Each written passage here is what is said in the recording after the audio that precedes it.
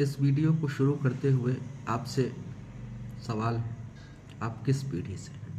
आज times of India में मैंने एक आर्टिकल पढ़ा और उसी आधार पे मैंने ये छोटा सा वीडियो बनाया है।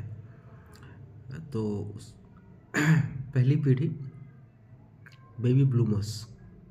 ध्यान रखें कि अभी तो हम परिचालित हो रहे हैं वेस्टर्न दुनिया से ही, पश्चिमी दुनिया से ही, तो उसी के आधार पर ये पीढ़ी बनाई गई है। हम किस खांचे में फिट हो रहे हैं ये हमें डिसाइड करना है। तो बेबी ब्लूमर्स 1946 से 1964 की पीढ़ी है। द्वितीय विश्व युद्ध ख़त्म हो चुका था, उसमें विनाश का तांडव मचा था और इसके बाद यूरोपीय जनसंख्या में बहुत तेज़ी से वृद्धि हुई थी। भारत की जनसंख्या भी बढ़ रही थी और इस पीढ़ी ने समृद्धि और सामाजिक परिवर्तन देखा। विनाश के एक युग के बाद मनुष्य चांद पर गया।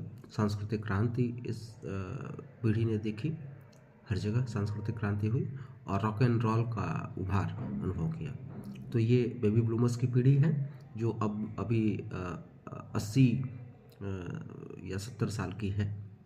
मेरे पापा लोग भी इसी पीढ़ी के थे, लेकिन उन लोगों ने, वो लोग तो खैर भारतीय लोगों पे इसको लागू नहीं किया जा सकता है, कम से कम बेबी ब्लूमर्स वाली पीढ़ी को। इसके बाद जेन एक्स 1965 से 1980 सामाजिक बदलाव का एक दौर था।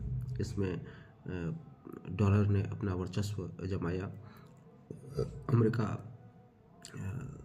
की वास्तविक वृद्धि, अमेरिका की सर्वाधिक वृद्धि 1965 से 1980 के दौर में ही हुई।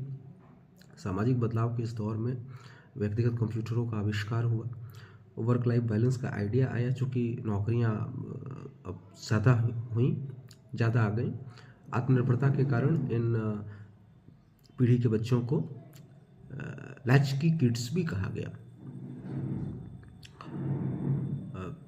तीसरी पीढ़ी आती है मिलेनियल्स या जनरेशन वाई, 1981 से 96 के दौर।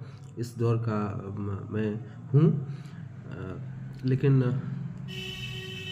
हम लोग गांव में पले बढ़े हैं तो थोड़े पीछे रह गए।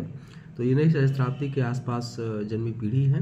इसने डिजिटल क्रांति का अनुभूत किया। हम लोगों ने तो डिजिटल क्रांति का अनुभूत नहीं किया था, ये वेस्ट के संबंध में है। अब डेवलप इंटरनेट से स्मार्टफोन का युग शुरू हुआ। इन्होंने भौतिक सुख सुविधाओं पर अनुभव को वरीयता दी। हम लोग अभी भौतिक सुख सुविधाओं को ही वरीयता दे रहे हैं, थोड़ी से पीछे हैं। जेन जी ये 1997 से 2009 की पीढ़ी है। सामान्य पीढ़ी का चक्र अब खत्म हो गया। ये सही मायने में प्रथम डिजिटली